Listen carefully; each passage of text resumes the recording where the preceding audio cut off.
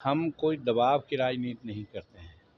हम साधारण रूप में अपनी बात को जस्टिफाई करने के लिए कहते हैं। देखिए, हर हारने वाला आदमी कहता है कि अबरी बार आओ हम पटक दें। भारत का जुडिशरी पर किसी प्रकार का दबाव हमारे नरेंद्र मोदी या एनडीए सरकार की नहीं है। ये न्यायिक प्रक्रिया है। न्यायिक प्रक्रिया ठीक है, 4 साल चले कि 5 साल चले, गरीबों के लिए तो कभी 7 साल 10 साल में न्याय मिलती है।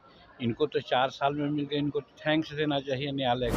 जज का डिस्कशन नहीं होता है, जज फैसला देता है। फैसला होता है विटनेस के द्वारा।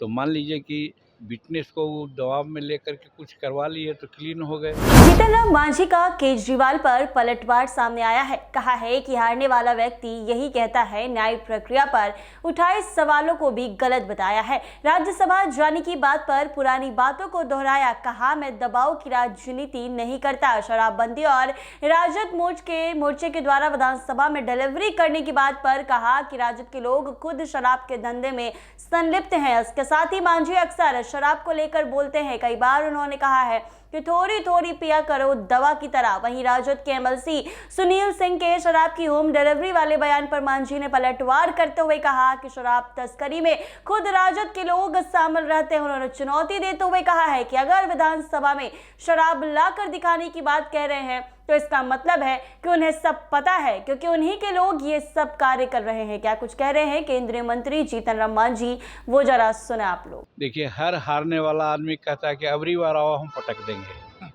यही तर्ज में वो बोलते हैं। ये सब बेतुकी बात है। और कानून का है, अपना काम क्या है। इससे तो समझ में आता है ना कि भारत का जुडिशरी पर किसी प्रकार का दबाव हमारे नरेंद्र मोदी या एनडीए सरकार की नहीं है। जो उचित है, न्यायालय अपना कानून काम करता है। ये तो साबित हुआ। इससे तो यहाँ की न्याय प्रक्रिया और न्याय प्रक्रिया पर शासक दल का जो होता है प्रभाव, दबाव जो उन लोग करते रहे हैं, वो नहीं हो रहा है। तो ये तो बड़प्पन की बात है। तेजस्वी यादव ने कहा है सर, ये साफ दिखता है कि किस तरीके से सरकारी तंत्रों का दुरुपयोग किया जाता है। करीब 4 साल तक किस तरीके से प्रताड़ित हुए अरविंद केजरीवाल, ये जग जाहिर है। दोबारा दिल्ली में चुनाव होना चाहिए। देखिए, न्यायिक प्रक्रिया है। न्यायिक प्रक्रिया ठीक है, 4 साल चले कि 5 साल चले, गरीबों के लिए तो कभी 7 साल 10 साल में न्याय मिलती है। इनको तो 4 साल में मिल गए। इनको थैंक्स देना चाहिए न्यायालय को। तो इसीलिए ये प्रताड़ित पर यह का सवाल है। अगर मान लीजिए प्रताड़ना होती कि उस समय पुलिस या और कोई उन पर चार्ज नहीं लगाता, तब ना। अब एग्जामिनेशन हुआ और उसमें हुआ कि सबूत के अभाव में ऐसा हुआ है। तो सबूत को तो बहुत तरह से लोग दबा करके इधर उधर लोग करते हैं। इसीलिए राजेंद्र बाबू ने एक बार कहा था कि जज का डिस्कशन नहीं होता है, जज फैसला देता है। फैसला होता है विटनेस के द्वारा।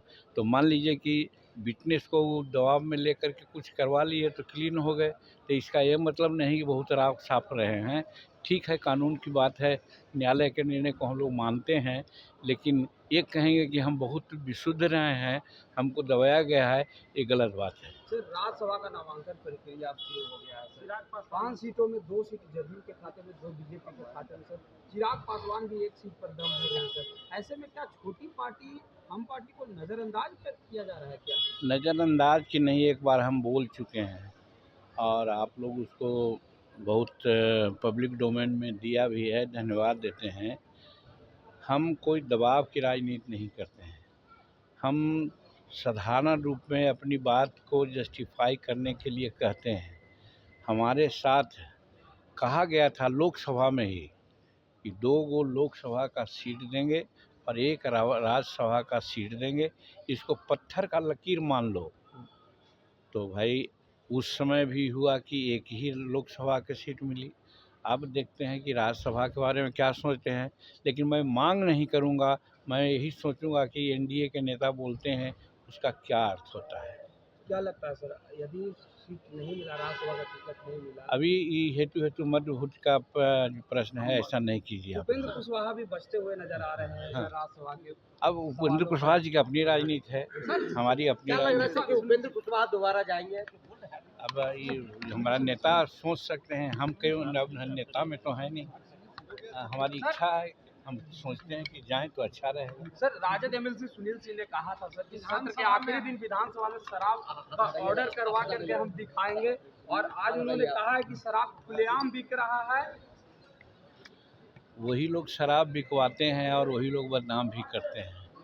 और राज्यसभा जी विधान परिषद में ला करके दिखलाए तो बड़ा अच्छा होगा, दिखला कर देखने की कहाँ कहाँ से लाते हैं वो लोग। शराब पीने वाले लोग और जो तस्करी करने वाले लोग, आज राजद के ही अधिकांश आदमी आज शराब में के तस्करी में लगे हुए हैं, लीन हुए हैं।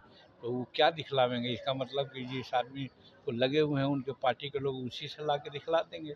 तो आपने सुना जीतन राम मांझी ने क्या कुछ कहा है। साफ तौर पर मांझी ने कहा कि भारत की न्यायिक प्रक्रिया स्वतंत्र है और उस पर किसी भी तरह का सरकारी दबाव नहीं है। उन्होंने कहा कि प्रधानमंत्री या केंद्र सरकार न्यायालय को प्रभावित नहीं कर सकती है। अदालत सबूत और गवाहों के आधार पर फैसला सुनाती है। उन्होंने कहा कि कई मामलों में लोगों को 7 से 10 साल में न्याय मिलता है। ऐसे में अगर 4 साल में फैसला आया तो न्यायालय का धन्यवाद करना चाहिए, ना कि उस पर आरोप लगाना चाहिए। ऐसे ही तमाम अपडेट्स के लिए बने रहे NBC 24 के साथ।